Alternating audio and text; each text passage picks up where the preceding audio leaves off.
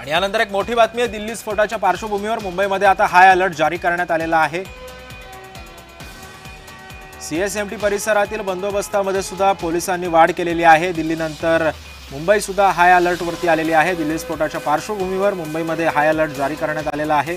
पोलिसांकडून सीएसएमटी स्थानकाची कसून तपासणी केली जाते, चौकशी होतीये। जे कोणी संशयित आढळतील त्यांची डॉग स्क्वॉड सुद्धा तिथे आलेला आहे। प्रत्येक सामानांची तपासणी सुद्धा पोलिसांकडून आता करण्यात येते आहे।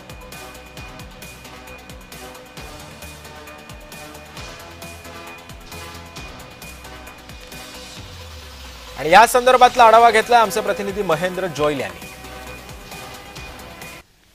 मुंबईतलं छत्रपती शिवाजी महाराज टर्मिनस या ठिकाणी मी उभा आहे आणि नेहमीच जे आहे ते हे स्थानक गजबजलेलं असतं। नेहमीच जे आहे ती मुंबईची लोकल ही आतंकवाद्यांच्या निशाण्यावर असते। मात्र या ठिकाणी आपण पाहिलं तर काल जो दिल्लीमध्ये बॉम्बस्फोट झाला होता, जो गाडीमध्ये स्फोट झाला होता, त्यानंतर इथे जी सुरक्षा यंत्रणा आहे ती वाढवण्यात आली होती। सध्या मी स्थानकात जे परिसरात काही सुरक्षा रक्षक आहेत ते तुम्हाला दाखवतो।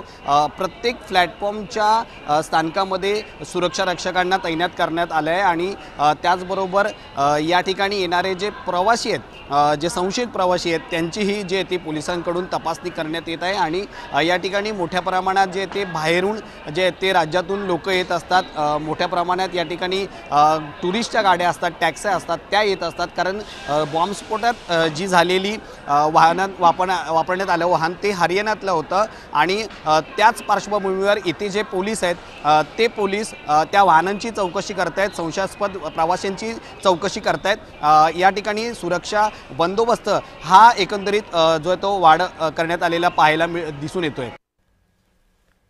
त्यामुळे सीएसएमटी परिसरामध्ये बंदोबस्तात वाढ करण्यात आलेली आहे। नागरिकांच्या बॅग्सची सुद्धा तपासणी करण्यात येते।